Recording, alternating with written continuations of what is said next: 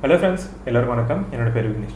இந்த வீடியோவில் நம்ம இதை பற்றி பார்க்க போகிறோன்னா ஒரு குட்டி ஸ்டோரி தான் உங்கள்கிட்ட ஷேர் பண்ணலான்ருக்கேன். அதாவது என்னென்னா, என் கூட ஒர்க் பண்ண ஒரு பையன் லாஸ்ட் 3 இயர்ஸ் அந்த பையனை எனக்கு தெரியும். அந்த பையனோட ஸ்டோரி தான் உங்கள்கிட்ட ஷேர் பண்ண நினைக்கிறேன். ஏன் இந்த பையனை பற்றி நான் சொல்கிறேன்னா, அதாவது நம்ம லைஃப்பில் வந்து நம்மளுக்கு நிறைய சூழ்நிலைகள் வந்து சாதகமாக இருந்திருக்காது. அதனால நம்மளுக்கு கிடைக்க வேண்டிய வாய்ப்புகள் நிறைய இடத்துல நம்ம மிஸ் பண்ணியிருப்போம். அது வந்து நம்ம பேக்ரவுண்டாக இருக்கலாம், இல்லை நம்ம உடல் ஹெல்த் இஷ்யூவாக இருக்கலாம், இல்லை பல சூழ்நிலைகள் இருக்கும். அதனால் மற்றவங்களுக்குலாம் ஒரு சில பர்டிகுலர் ஏஜில் கிடைக்கக்கூடிய ஒரு சில விஷயங்கள் ஒரு சிலருக்கு கிடைக்காம இருக்கும். அதுக்கப்புறம் நம்ம கேர்லெஸ்ஸாலையும் நம்ம நிறைய ஆப்பர்ச்சுனிட்டிஸை மிஸ் பண்ணியிருக்கோம். அதுமாதிரி நம்ம மிஸ் பண்ண ஆப்பர்ச்சுனிட்டிஸ்லாம் பார்த்தா எப்படியாச்சும் ஒரு சிலருக்கு வந்து 2வது டைம் கிடைக்கும். அந்த 2வது டைம் நம்மளுக்கு அந்த வாய்ப்புகள் கிடைக்கும் போது சரியான விதத்தில் நம்ம பயன்படுத்தினா நம்ம லைஃப் வந்து அப்படியே ரிவர்ஸாக மாறிடும். நம்மளுக்கு எதெல்லாம் இல்லாமல் போச்சோ அது எல்லாமே நம்மளுக்கு கிடைக்கும். அதனால் செகண்ட் சான்ஸை எப்பயுமே நம்ம மிஸ் பண்ணிடக்கூடாது. அதனால் இந்த வீடியோவில் உங்கள்கிட்ட அந்த பையனோட ஸ்டோரியை சொல்லலாம்னு நினைக்கிறேன். இந்த ஸ்டோரி நீங்கள் ஏன் தெரியுங்கன்னா, சிஸ்கோவில் வந்து direct employee network engineer role +17 lakh package, அதாவது L2 ரோலில் கொடுத்துருக்காங்க, ஆஃபர் பண்ணியிருக்காங்க. அந்த ரோலை வேணான்னு சொல்கிற அளவுக்கு அதோட ஒரு பெட்டரான ஆப்பர்ச்சுனிட்டி அந்த பையனுக்கு கிடச்சிருக்கு. அப்படி இந்த பையன் 3 இயர்ஸ் எக்ஸ்பீரியன்ஸில் எப்படி இந்த பையனுக்கு இவ்வளோ க்ரோத் ஆச்சு, அதை பற்றி தான் இந்த வீடியோவில் உங்கள்கிட்ட ஷேர் பண்ண போகிறேன். இந்த பையனோட பேரை நான் மாற்றி சொல்கிறேன். அவனுக்கு அவனோட நேம் சொல்லி பப்ளிக் பண்ண வேணாம் அப்படின்னு ஆசைப்படுவோம். அதனால் நான் அந்த பையனோட நேம் சொல்லலை. அந்த பையனோட பேர் ராஜான்னு வச்சுக்கலாம், ஓகேவா? இந்த ராஜான்ற பையன் என்ன பண்ணேன்னா 2017 காலேஜ் படித்தான். சேம் என்னோட ஏஜ் தான். காலேஜ் படித்தப்பறம் பார்த்தா 2 வருஷம் அந்த பையனால் ஆல் கிளியர் பண்ண முடியல, அரியர் இருந்துச்சு. அப்புறம் பார்த்தா ஆளும் ரொம்ப வீக்காக இருப்பான். அதனால் ஹெல்த் இஷ்யூஸ்லாம் இருந்ததால் அந்த பையன் வந்து காலேஜ்க்கு கரெக்டாக கம்ப்ளீட் பண்ண முடியல எல்லாரும் மாதிரியும்.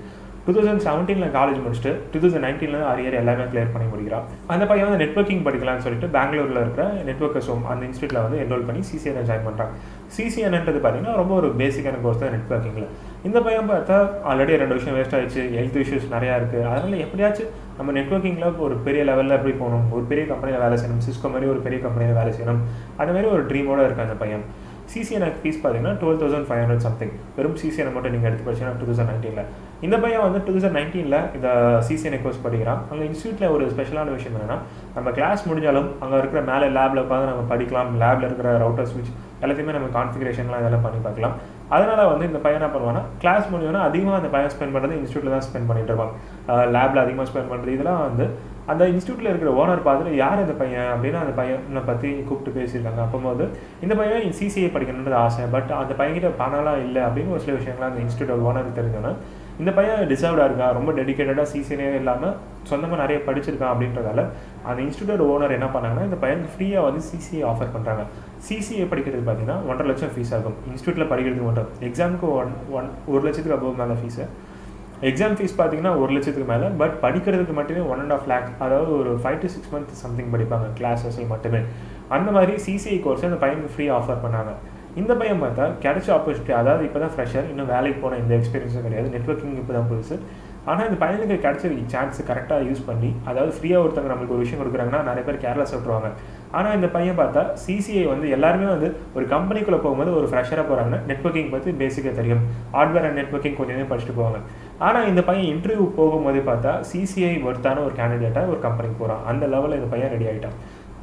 அப்புறம் நெக்ஸ்ட் என்னாச்சுன்னா, அந்த நெட்வொர்க்கர்ஸ் ஹோம் வந்து பார்த்தா சினோஃபிக்னு ஒரு கம்பெனியோட டைப்பில் இருந்தாங்க. இந்த சினோஃபிக்கு ஆள் யாராவது தேவைப்பட்டாங்கன்னா இந்த நெட்வொர்க்கர்ஸ் ஹோமில், ஏன்னா நெட்வொர்க்கிங் ரிலேட்டடான கம்பெனி அது, அதனால் வந்து அவங்க நெட்வொர்க்கர்ஸ் ஹோமில் நிறைய கேண்டிடேட் கிடைப்பாங்க அப்படின்றதால அவங்க இந்த கம்பெனியோட டைப்பில் இருந்தாங்க. ஏன்னா இந்த சினோஃபிக்கில் ஒரு ஸ்பெஷலான விஷயம் என்னென்னா, அவங்க வந்து ஒரு தேர்ட் பார்ட்டி கம்பெனியாக இருந்தாலும் அவங்களோட கிளைண்ட் யாருன்னா சிஸ்கோவில் வந்து டேரெக்டாக யாரையும் ஹையர் பண்ண மாட்டாங்க. ஒரு கேம்பஸ் இன்டர்வியூ இல்லைனா ஒரு experience more than 3 years or 2 years of experience, அதுவும் சர்டிஃபைட் பர்சனாக இருந்தால் அவங்க ஹையர் பண்ணுவாங்க.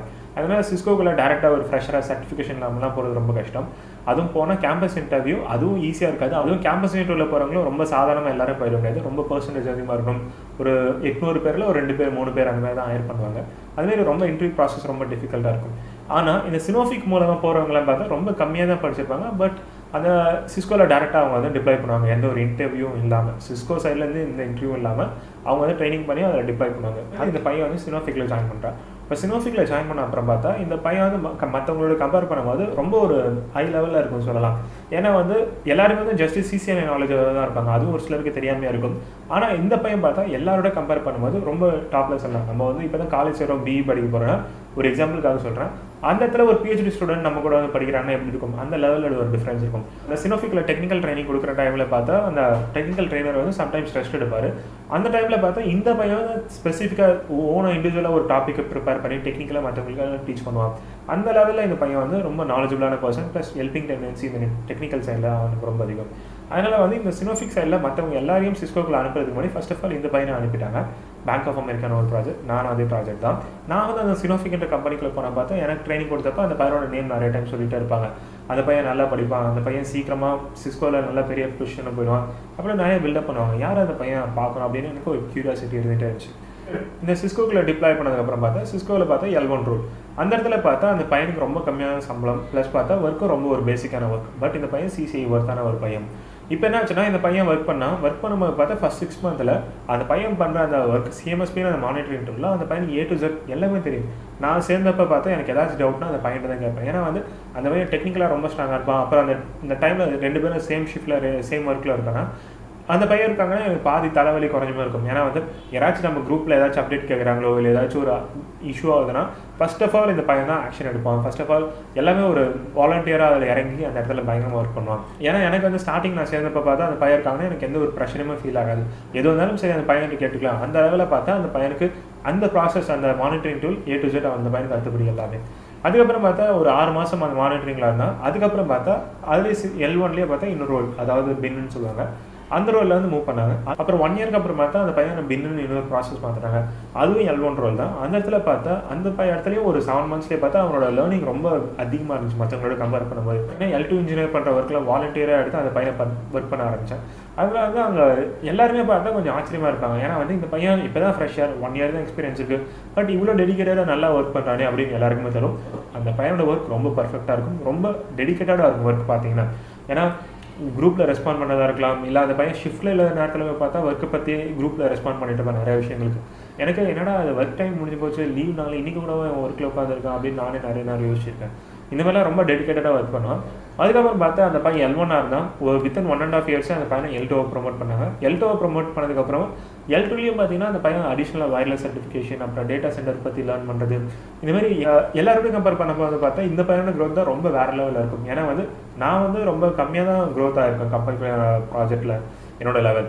பட் அந்த பையனோட லெவல் பார்த்தீங்கன்னா எக்கச்சக்கமாக க்ரோ ஆயிருக்கும். மற்றவங்களாம் பார்த்தாலே பொறாமப்படுற அளவுக்கு அந்த பையனோட க்ரோத் இருந்துச்சு. அந்த பையனோட இன்டென்ஷன் என்னன்னா நம்ம எப்படியாவது சிஸ்கோவில் டேரக்ட் எம்ப்ளாய் மாறணும். ஏன்னா சிஸ்கோவில் டேரக்ட் எம்ப்ளாய்னா அது வந்து ஒரு பெரிய ப்ராடக்ட் பேஸ்ட் கம்பெனி, அதனால் சேலரி ரொம்ப அதிகமாக கிடைக்கும் தேர்ட் பார்ட்டி கம்பெனியோட கம்பேர் பண்ணும்போது. இப்போ பார்த்தா 3 வருஷம் முடிய போது இன்னும் சம்பளம் வந்து ரொம்ப கம்மியாக தான் இருக்குது அப்படின்னு ஃபீல் பண்ணிட்டு என்ன பண்ணேன்னா, நான் வந்து கம்பெனியோட ரிசைன் பண்ணுறேன் அப்படின்னு சொல்லும்போது மேனேஜரில் என்ன ஃபீல் பண்ணாங்கன்னா, இந்த பையன் இவ்வளோ டெடிக்கேட்டடாக ஒர்க் பண்ணுறான், அதுவும் இவ்வளோ டெக்னிக்கலாக A to Z L1லேருந்து L2 எல்லா வேலையும் தெரிஞ்ச ஒரு பர்சன் நம்ம மிஸ் பண்ணக்கூடாது. என்ன பண்ணாங்கன்னா அந்த பையனுக்கு ஒரு பெரிய ஆஃபர் கொடுத்தாங்க. என்ன ஆஃபர்னா, நாங்கள் வந்து உங்களை சிஸ்கோவோட டேரக்ட் எம்ப்ளாய் கன்வெர்ட் பண்ணுறோம், ப்ளஸ் உங்களோட சேலரி வந்து ஒரு 17 lakh பேக்கேஜ் உங்களுக்கு ஆஃபர் பண்ணுறோம் அப்படின்னு கொடுத்தாங்க. ஆனால் இந்த பையனுக்கு அந்த 17 lakh பேக்கேஜோட, அதுவும் சிஸ்கோவோட ஒரு பெரிய கம்பெனியில் ஒரு பெரிய ஆஃபர் கிடச்சிருக்கு. என்னென்னா யூரோப், அதாவது இந்தியாவில் IBM வந்து கிடச்ச சம்பளம் கம்மியாக கிடைக்குன்னு சொல்லலாம். பட் யூரோப்பில் வந்து IBMல ஒரு நெட்வொர்க்கிங் ரோலில் வந்து அந்த பையனுக்கு கிடச்சிருக்கு. அதனால் இங்கே 17 lakh பேக்கேஜ் கொடுக்குறாங்கன்னா யூரோப் கரன்சிக்கு நம்ம கரன்சி கன்வெர்ட் பண்ணிங்கன்னா பெரிய லெவலில் இருக்கும். அப்புறம் பார்த்தீங்கன்னா அந்த பையனுக்கும் ஃபாரினில் ஒர்க் பண்ணணும் ஒரு இன்ட்ரெஸ்ட் இருந்திருக்கு.